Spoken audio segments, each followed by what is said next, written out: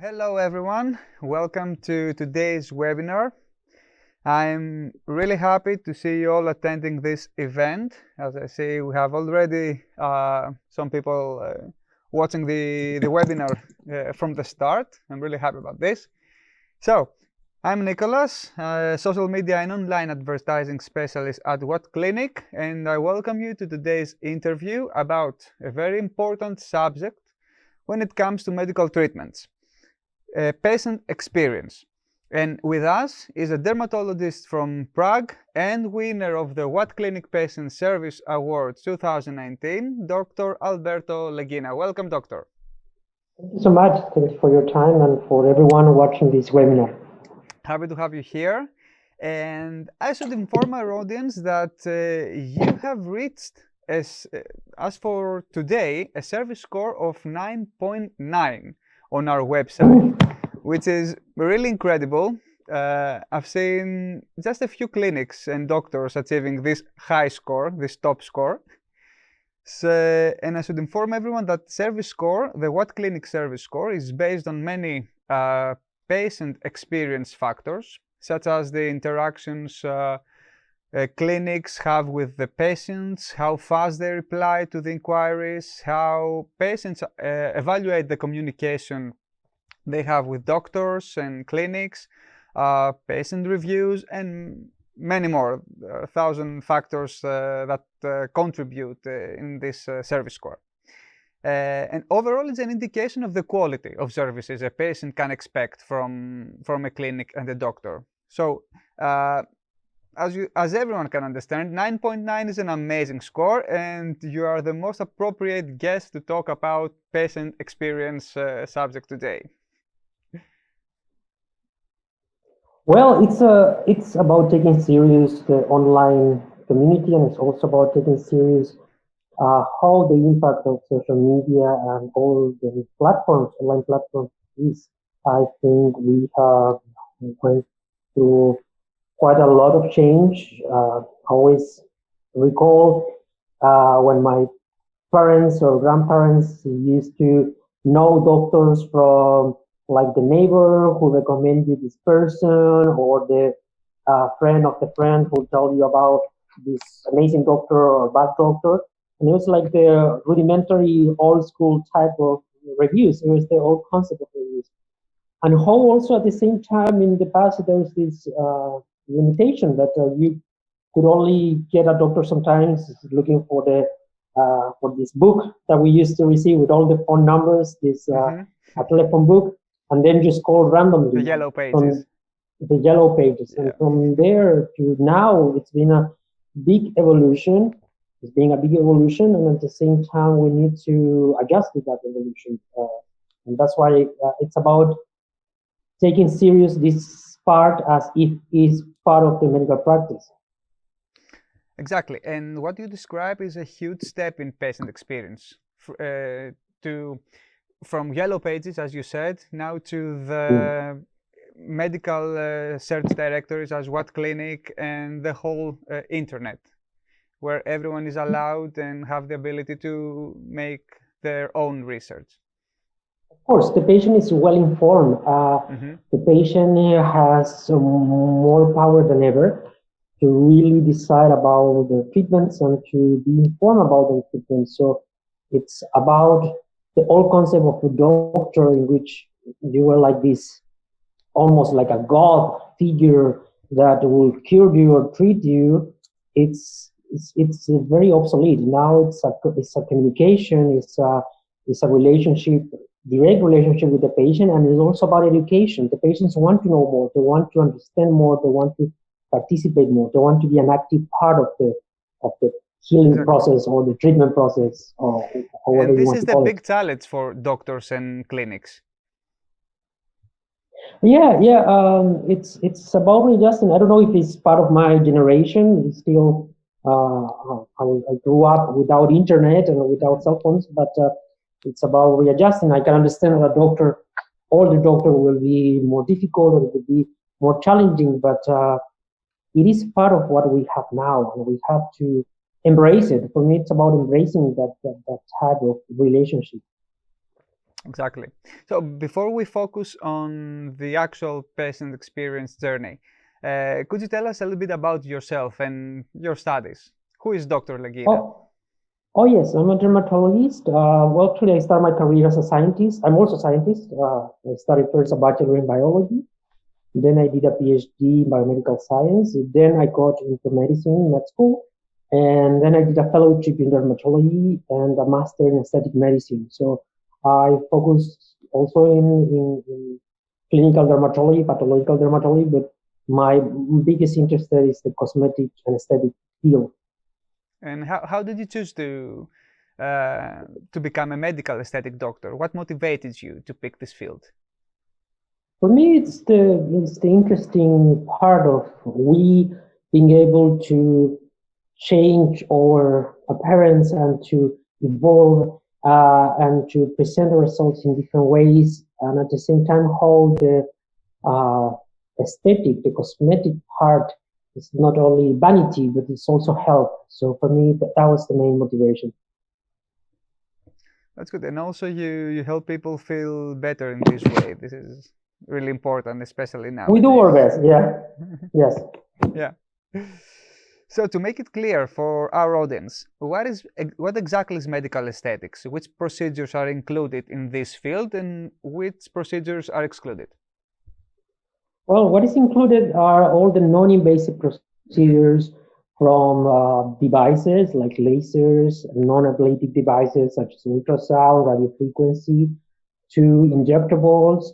What is not included is surgery. I know that in certain countries, the aesthetic medicine doctor can perform surgeries, but the legislature in Czech Republic is not like that, and also it's not my interest. It's not part of my interest.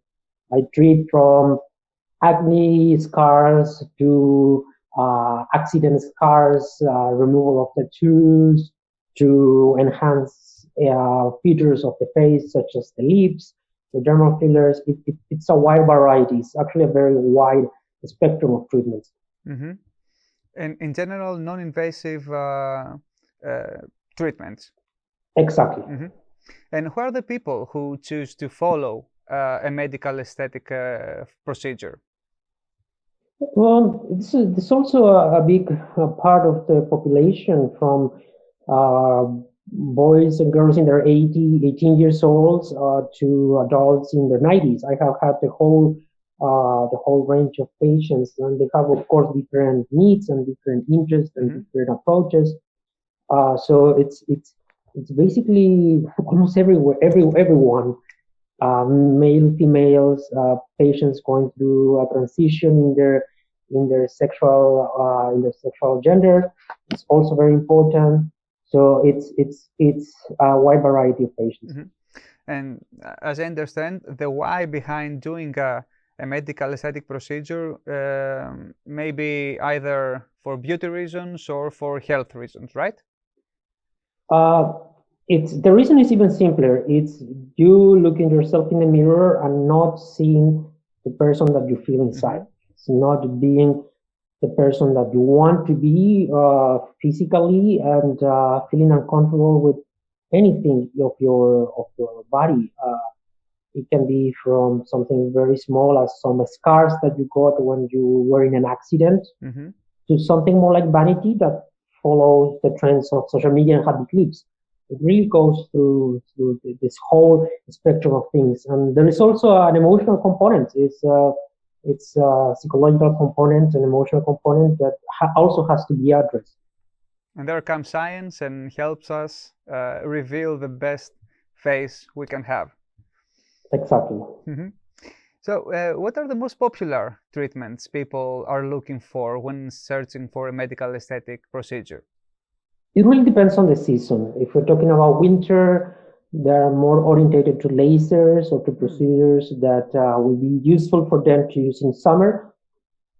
And if it's summer or the sunny seasons, more like procedures to correct certain things in the skin of the body, cellulites or some small fat accumulations, or to just glow up your skin for certain specific event or for your vacation. So I cannot really think about a specific trend, but based on my analysis, one of the treatments that are very constant during the year is the use of botulinum toxin to attenuate wrinkles, but also removal of certain skin lesions such as nevus, some small hemangioma, some small fibroma, to make look the skin better and to make the skin look clearer.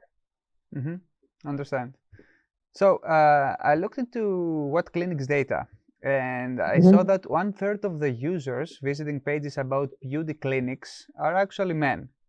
So it seems that nowadays it is not considered a taboo for men to follow a medical aesthetic treatment to look after themselves. And most of the men... No, not at all. Yeah. And most of the men looking for beauty clinics belong to the age group of 18 to 34. To be honest, I was expecting, a higher age group.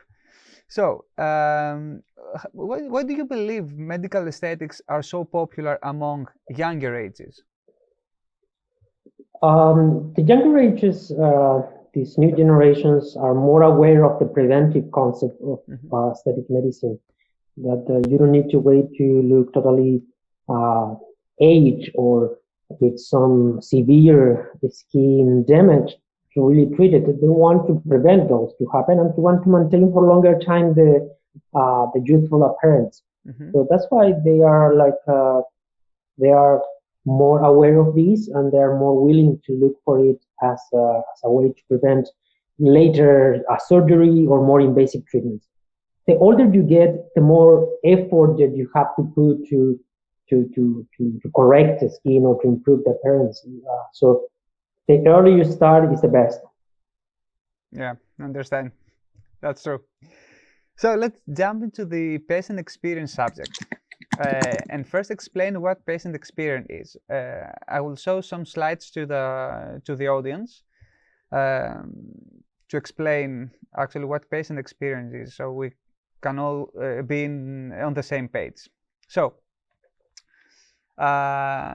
what patient experience is? Patient experience is defined as the sum of all interactions shaped by an organization's culture that influence patient perceptions across the continuum of care. To make it simple, patient experience exists in every interaction patients have, not only while visiting a clinic, but before and after. There are many factors that influence the experience of a patient. And to make it more specific, I will show you everyone a photo. So in this photo, we see that a patient may have a lot of experiences during their visit in a hospital. As we see, a patient journey is a long one. And it starts from the time the patient realizes that they have a need for a treatment. They do the research, they read reviews, they check prices, they visit medical search directories as WhatClinic.com. They compare clinics, they contact clinics, they ask for information. And if the clinic is at another country, they should book their tickets, find their visas, find accommodation, and then they have to find their way to the clinic. And the journey continues. Then the medical staff, when the patient arrives at the clinic, the medical staff will welcome the patient and guide them during the whole procedure inside the clinic. And after that, after the procedure, the patients may want to do some tourism while recovering, if it's allowed. They should fly back to their home and start their post-treatment period. And during this period, they may need additional support and consultation. And as we see, the patient journey is a long one. And every point is as important as the other ones in patient's experience. So to make the discussion easier to follow, I have divided the patient journey into 4 basic categories. The first step of the patient journey is the realization and the research. Is what you said, doctor. You wake up one day and you look at the mirror and you feel like you want a change, you want to change something. So the patient starts researching, starts looking for solutions, for a treatment. And after that, the second step is to communicate with the clinics and the doctors they choose. The third step is to visit the clinic to have the actual procedure. And at the end, it's the fourth step, the post-treatment step. And it's everything that comes after the procedure. So let's concentrate on the first step. As we said, the experience of patients starts a long way before they visit the clinic. And the first step of this journey is when people feel that they want or need to change something. Or they have to maybe follow an operation because of a medical issue. So they search the internet to find more information about what they're looking for, and eventually come across some clinics that offer the treatment they want.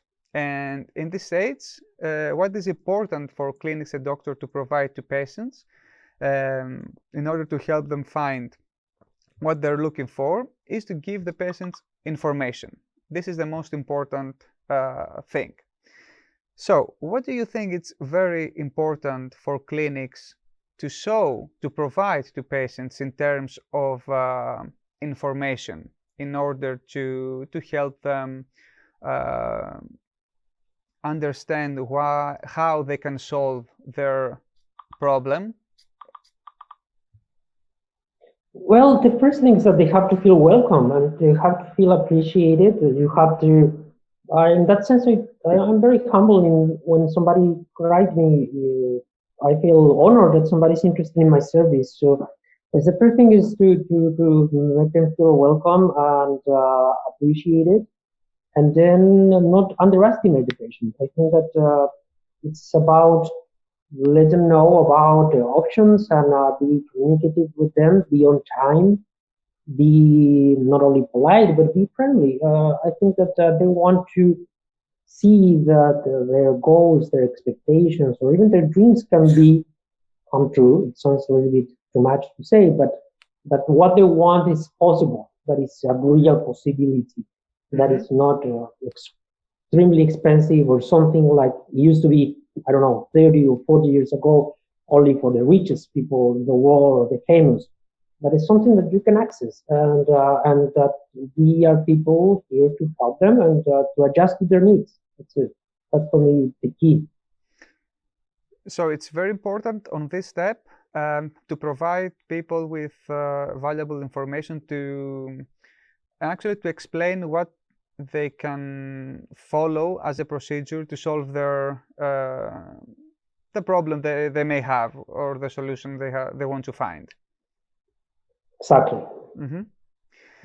So what else do you believe that is very important to show to patients in this stage, in the initial stage, in order to make them feel more confident to communicate with you? Are there reviews?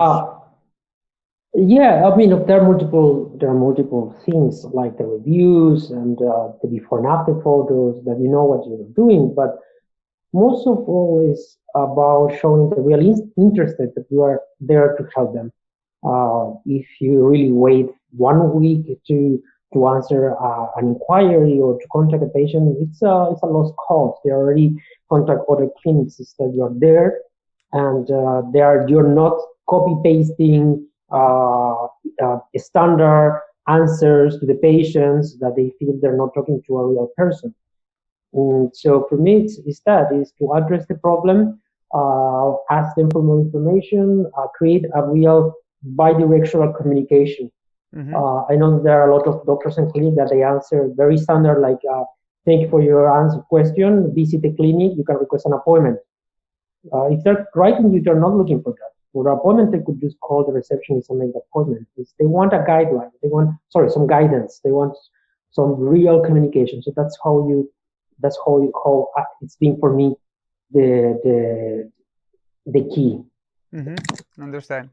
And WhatClinic actually provides many options for clinics to create an appealing profile. How do you use these options to attract more patients, and how they help to receive more inquiries? And I'm talking about on our side, you can list your treatments, the prices, the accreditation that you said are very important. You can have photos, bios. What is really important for patients to see? It's a little bit controversial, but the first thing the patients see is the prices. They want to have an initial idea that if they can afford it or not. So that's why I'm transparent in terms of putting a range of prices. I cannot be specific because every case is different. So I'm very transparent to show how much they might spend. Then is the reviews. That's a key because there's other people talking about you, talking about what you have done, and then are the photos of the clinic or some before and after, some things for them to know where they're gonna go. So all these things are building up the expectations of the patient. Yes. And this is really important, actually, for the patient to have an idea of what to expect. So if you make him expect something of a high value, there are more possibilities that they communicate with you in the future. Exactly. So let's go to the second step, which is the pre-treatment communication. In this step, potential patients communicate with you to get some more information. So what is important on this stage in order for a clinic to have more chances to get chosen by the patient? Being accurate to what they are asking. I know that it's a difficult thing because I know that big clinics or doctors that are very busy, they tend to give this responsibility to a secretary, to an assistant, and then they don't have the medical background to really be accurate in the answers. So that's why I was telling that I take serious this because I do my answers. So if the patient is asking for something particular, I address that question. I address that issue, and then I inquire a little more. I don't do like online consultation because I find it unethical and not appropriate. But I guide them in the sense of what they want to know as a source of information. So in this stage, it's important to actually people are asking more about the procedure, right? And also about the prices, about downtimes, about advantage of these versus these, about I heard about this, a friend of mine got this, and do they don't express want any fears they may have for the procedure? Of course, always. If it's going How to do be you handle these painful, fears? well, I handle them being objective in terms of, for example, describe some pain levels of certain procedures, but how we manage them, or always reassuring that it's a procedure that could be reversible, or it could be attacked with different ways. There is not only one option to reach one outcome, clinical outcome, and the fears are part of this. So we need to be objective. We don't have to sell a false promise that everything is going to be pain-free, no side effects. That doesn't really exist. It's dermatology, it's aesthetic medicine, it's true, but it's medicine at the end. And every of these procedures have certain risk. They have certain possible complications. They have certain side effects. So it's about being honest. And the patient has to understand that to go there knowing what could happen. So being honest and being transparent and providing them with all the information they may need and ask. Exactly. So when patients book their appointment, is there anything you advise doctors to do before patients actually visit them, to make their experience better? For example, send reminders, follow-up calls, recommend a hotel if they travel from abroad? I try not to be so invasive in terms of the patient decisions, but of course a reminder and always offer them some help if they need something. Make them feel good in case if they need to cancel. Cancellations and no-show ups are normal, and I'd rather to have a cancellation in which the patient is honest, telling me, "Hey, sorry, I'm not gonna go," than not a show up, not showing up. So it's about being communicative that if they need something, they just can write me. If they need some documentation, we can obtain it. And if always a reminder the consultation and yeah, nothing really out of the ordinary. I know it's in that sense. I know that there are clinics that provide the whole package, and sometimes I've been asked about tickets and hotels and so on. I don't, but I always can advise. You mentioned cancellation. So, Yeah. what may force a patient to cancel after they have booked a treatment? There are multiple things, from like a family problem to not being able to go, or the patient not wanting to have the procedure at the end, being fulfilled with a fear, or finding another clinic or finding another place that they like more, or not having the budget for that moment. And I always offer the rebooking if they want to. I always make them feel welcome. That it's not like, oh, you cancel, I'm hurt, and then it's not personal. At the end, it's like a business. I don't like to call it like that, but the patient is always welcome anytime that they want. I'm not offended because they cancel. I'm not offended because they cannot show up. It's things happen, and if they choose another place, well, that's great. And if they want to call the place or then go to me, it's okay. It's to let them know that it's fine. If it's something that you can actually address, like a patient calls you and asks to cancel because they had a better offer from another dermatologist, how do you approach this kind of conversations in terms of making their experience better and maybe convince them to come to you? That's a little bit difficult in terms of, I have had cases in which they cancel and say, no, I found this place for lower price.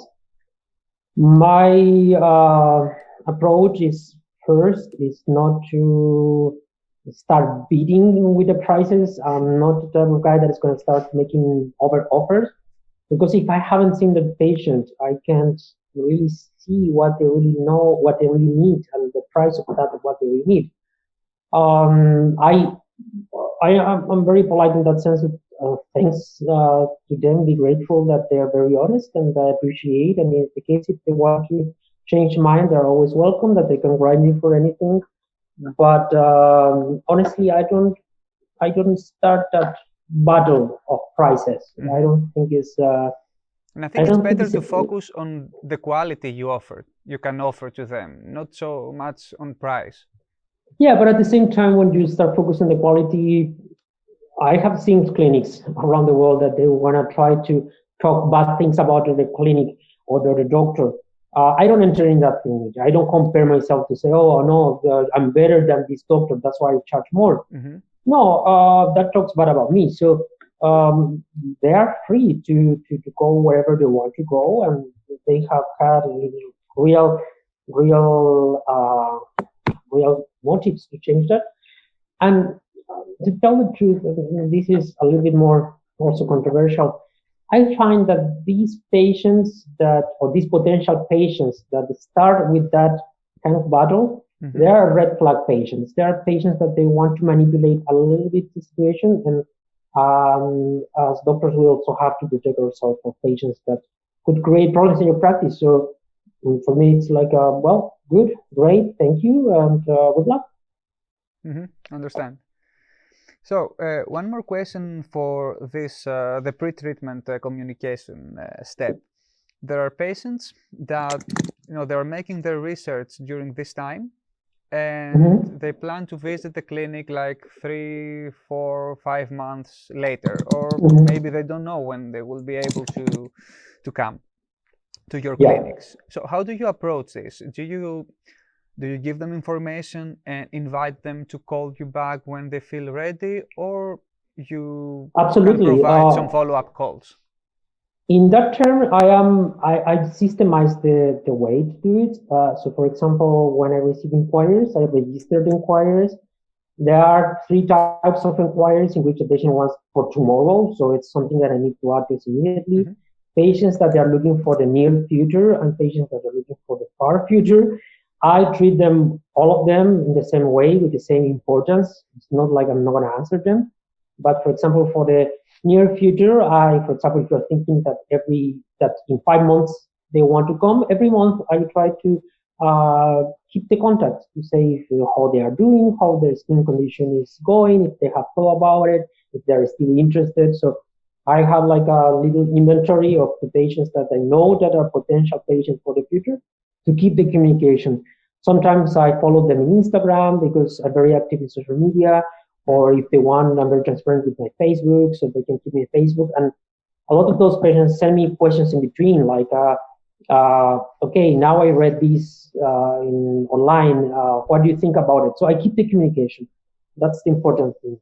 And you mentioned social media. This is really important because in this way you're staying vivid in the mind of the patients. They are not forgetting you. So when they're ready, exactly, you're the first doctor that comes to their mind so as to call you and do the procedure. Really important. Yeah, and they can be updated about what I do, what is my professional daily life, and so on. So before we jump to the next step of the patient journey, I invite everyone that is watching us now to write in the chat an experience they had when visiting a clinic. The first experience, the most strong experience they can remember, even if it's positive or negative. It will be really interesting to read your experiences and discuss them with the doctor. And also, if you want to ask something, Dr. Leguina, feel free to write it in the chat. So let's go to the third step of the patient journey, which is actually visiting the clinic and having the procedure. So when the patient arrives at your clinic and visits you, what do you do to provide them with a positive experience from the beginning? First is be on time. I put myself like a rule of no more than 15. I think that's too much, but 5 to 10 minutes of waiting from their arrival to their entrance. We provide them a good environment, a calm environment, to welcome them warmly, that I address them by the name. It's not like, I don't know you. It's not like, oh, okay, you came. That I know your case. We were in touch. I appreciate that you're here.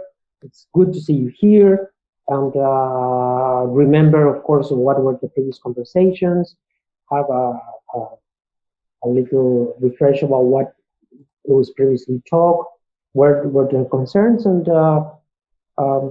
be there timely, not to delay this thing. Mm-hmm. And you mentioned something really important, actually, for me, the waiting time, because every time I am asked to wait more than the time I was expecting to wait, I feel more stressed. So absolutely, punctuality, I think, from patients and from doctors is really important to improve the experience of the patient. Yes, that's very, very important, specifically because the patients also make their time to go to visit you, and you need to respect their times as well. Of course, there's always things that happen, delay patients and then delay the rest of the other one. So it's about you managing in the proper way and to appear and apologize in terms of something's needed. I have had cases where patients have had to wait more than what I was expecting, so there's always in my messaging to give them a special discount or some small gift for appreciation of their patient, and apologize for the situation, because we need to be not only responsible for the health of the patient and the well-being of the patient, but also for their time. Mm-hmm. This is really important, actually, what you said, to appreciate their time, and this can be done even when you're trying to manage their expectations, to inform them that there is a little bit of delay, so they're not, waiting in the waiting room and they don't know what will happen next. So this is a very important part for their experience. Right. So what can be done during the procedure to help patients feel more comfortable and reduce their stress? Well, I don't jump immediately to the procedure. I take my time to do a complete medical assessment. For me, that's very important to hear them, to hear what they want or what they need me to know.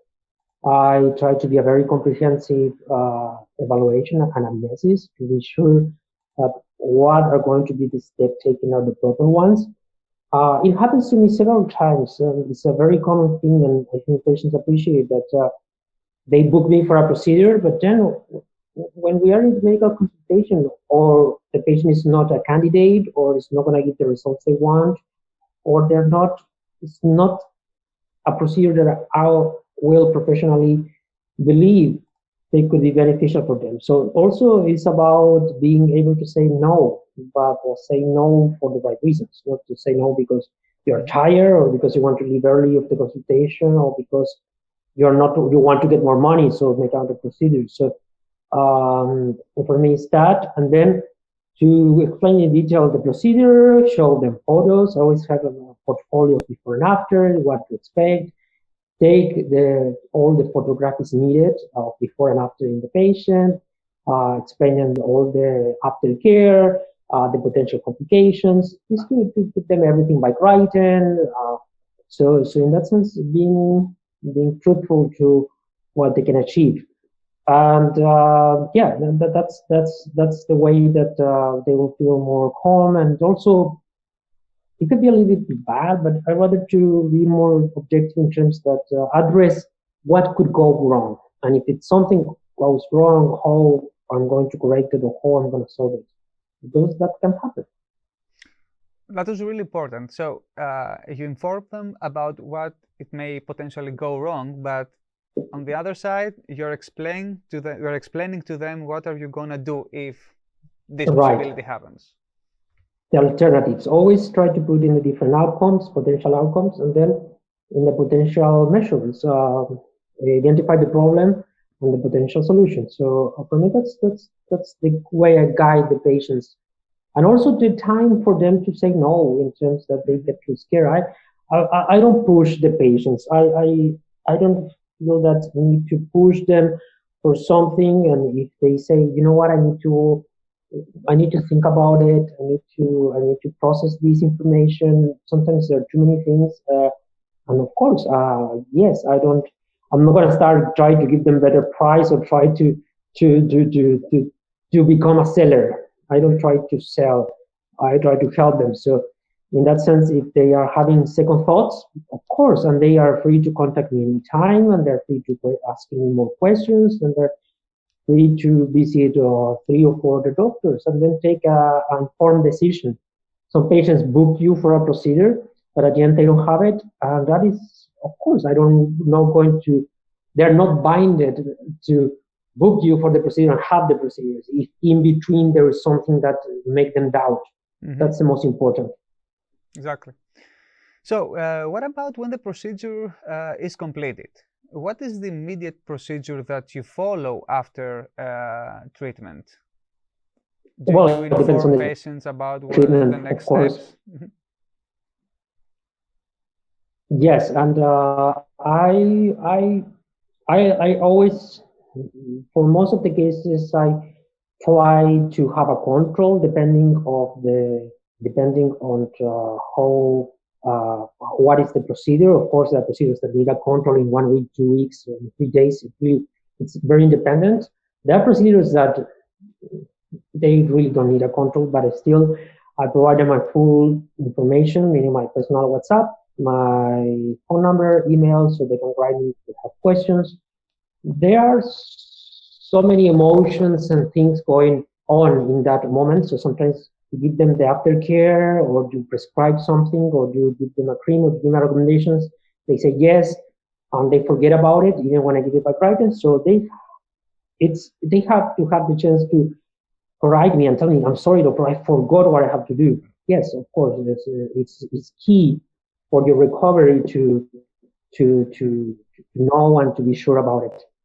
So apart from explaining to them the next steps, you show to them that you will be available in any case. Exactly. Yeah. Yes. And this makes them feel better. And I think this is the key in this stage, to improve their experience and make them, delighted while having a treatment and an operation.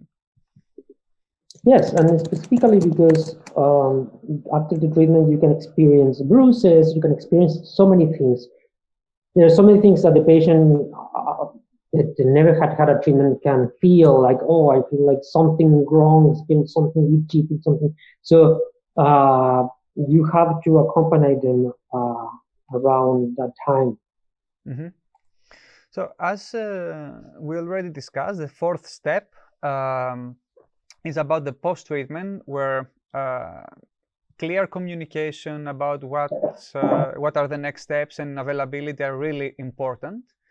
And also, I believe that follow-ups are really important. Do you, I don't know, maybe call them 1 week after to see how they are doing? Is this important for the experience? I'm sorry to say this, but I found the phone call very obsolete. People, they find it very aggressive to be phone called, and it still happens to me. So I usually send them a small SMS, or if they add me to Facebook or to Instagram, a message.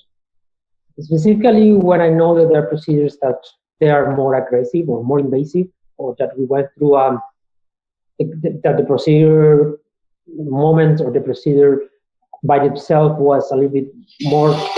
Oh, I'm sorry. Sorry about it. That the procedure by itself was a little bit more aggressive or more intense than what is expected.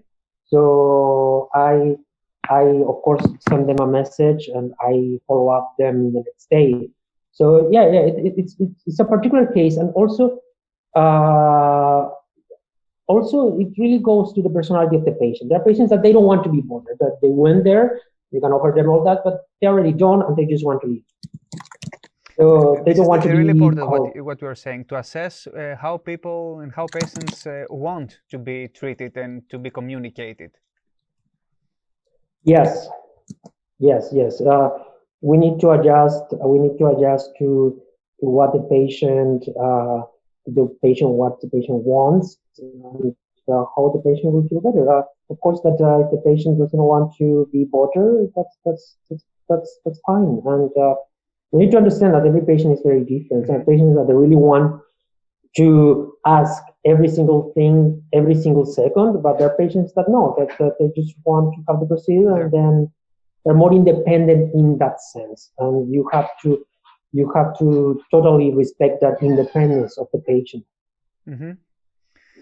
So yeah, I think this is a difficult job for the doctors to do, to assess the psychological profile of their patients, and find out. I don't think there is a difference. You really can see it from the first moment of the consultation. You really can go through this easily, especially about non-verbal communication and how they act and how they react. So it's there. I think the people is very clear about it. So of course you need to adjust yourself to the different personalities. Understand. Yeah.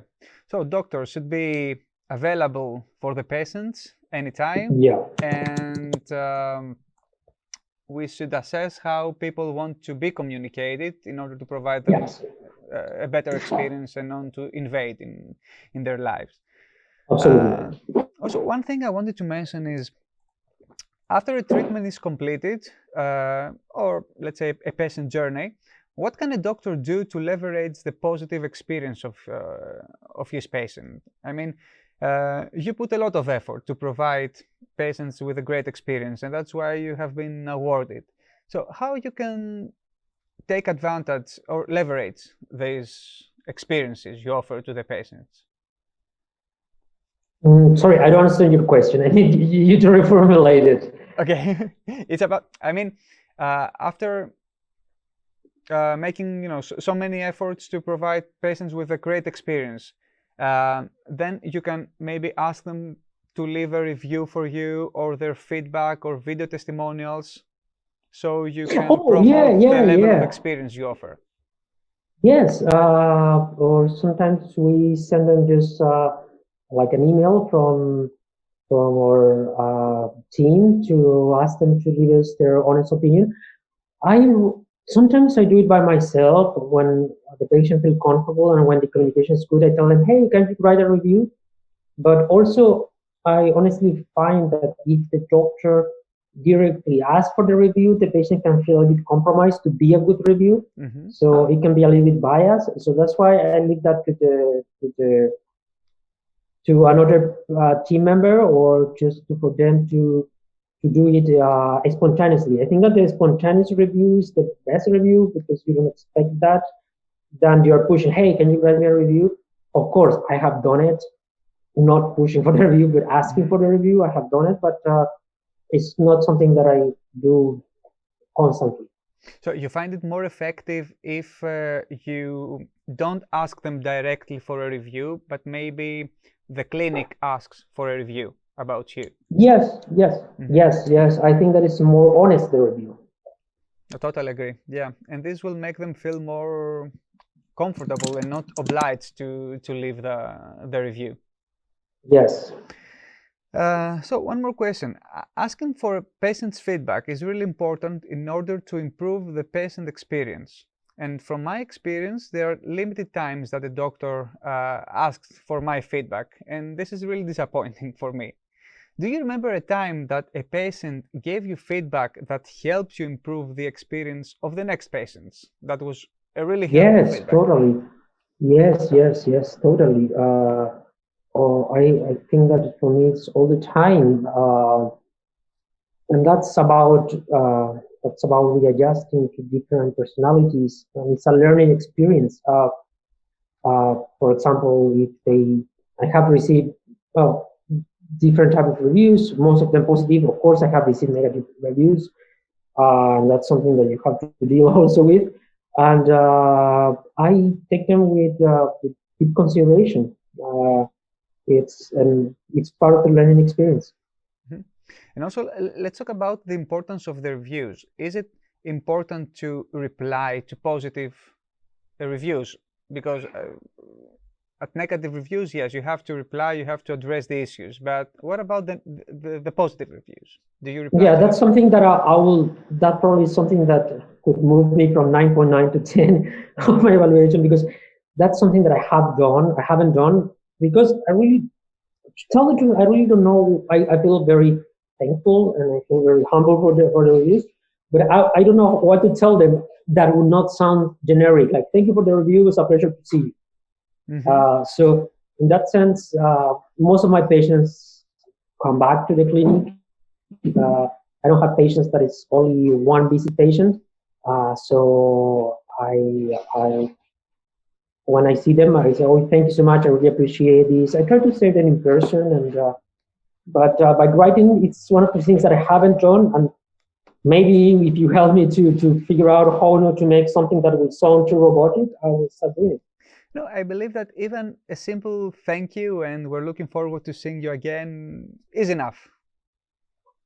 Yeah. Okay. Yeah. That could be a good approach. It shows, to the patients that you're reading the reviews and you're active. So, next patients will see them. What I do indirectly is that I upload all my reviews to Instagram, and most of my patients are Instagram followers. So I kind of publicly I say thank you for I don't tag the patient, because sometimes the patient they don't want to be tagged in a post on Instagram, or they don't want to reveal their identity. But I say, I appreciate for this great review. It's always nice, blah blah blah.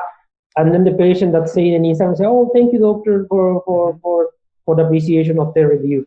I try to do it that way, and also for my Instagram is very useful.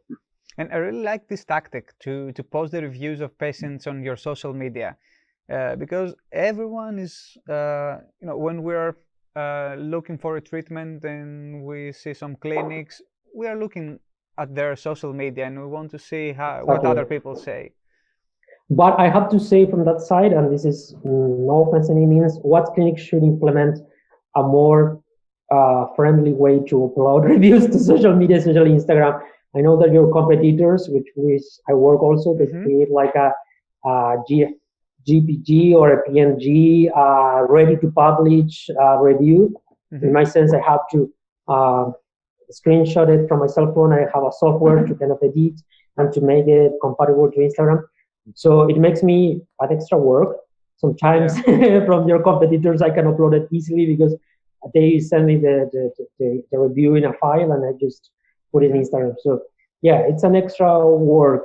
I promise you, I will discuss this proposal with the development team to make it easier for you and to provide you with a better experience. I mean, it's not a terrible thing. It's not a bad experience. I'm just comparing because honestly, I also collaborate with other companies that they are in the same field as you guys at Clinic, and I'm not going to name them for sure, but they have seen this the potential of showing the reviews in social media and Instagram histories or in Instagram feeds or in Facebook, and they have developed these ready to post settings. Sorry about it. I don't want to be critical. This is the power of feedback we're talking about. So you gave us feedback to become better. Yeah. And this helps us a lot. And thank you very much. Great that you take it that way. So before we end our today's discussion, I don't see any questions from our audience, but they can always ask anything they want on the comments of the video. So what advices would you give to other clinics and doctors in order to achieve a 9.9 service score on WhatClinic? Take it serious. I hear from a lot of clinics saying, "Oh, I don't use social media because it doesn't give me revenues. Oh, because it doesn't give me by numbers." They are not numbers. There are people behind these questions. There are people who want information. They are not just a data point. So for me, it's about that. It's an investment in time and of course in economical investment to use your time in answering every single thing and to take attention to all of them. But for me, pay off. It's something I will not change and I don't plan to change. So it's not so easy, of course, but it's about taking serious this thing. Right now, as we talked in the beginning, the old school method to find a doctor in the yellow pages or because your neighborhood told you this and that, it's a little bit obsolete. However, when a patient had a good experience during the whole process, they also tell their friends, and then even your patient portfolio goes bigger. So you need to take attention to that, take attention to all those things. And with this, we conclude our today's interview. Dr. Leguina, thank you very much for attending today's event. Thanks to you. It was a really insightful conversation, and patient experience is a very important thing for everyone, for all the people in the medical field. And I want to congratulate you again for winning the WhatClinic Patient Service Award 2019, and I'm sure you're gonna win it next year and next year too, because you're doing a great job. Thank you so much. Thank you for your time. Thanks everyone for attending this event. I wish you all the best and see you on the next interview. Thank you.